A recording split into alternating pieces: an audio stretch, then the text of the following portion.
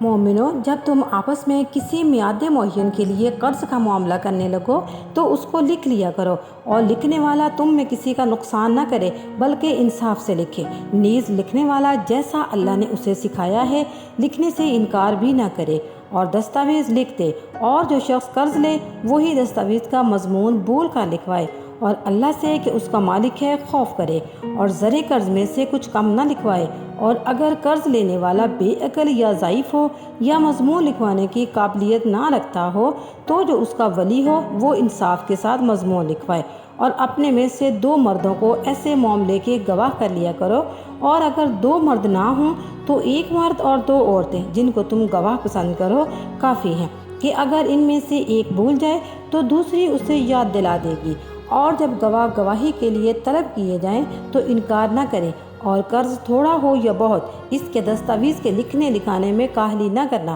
یہ بات اللہ کے قریب نہایت قرین انصاف ہے،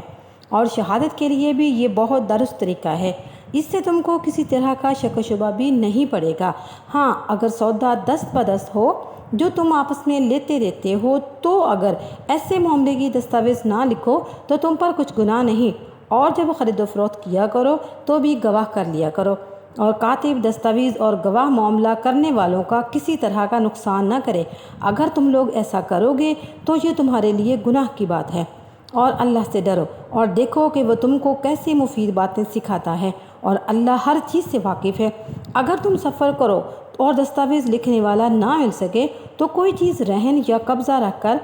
قرض لے لو، اور اگر کوئی کسی کو امین سمجھے یعنی رہن کے بغیر قرض دے دے تو امانت دار کو چاہیے کہ صاحب امانت کی امانت ادا کر دے، اور اللہ سے جو اس کا پروردگار ہے ڈرے، اور دیکھنا شہادت کو مت چھپانا، جو اس کو چھپائے گا وہ دل کا گناہ گار ہوگا، اور اللہ تمہارے کاموں سے واقف ہے۔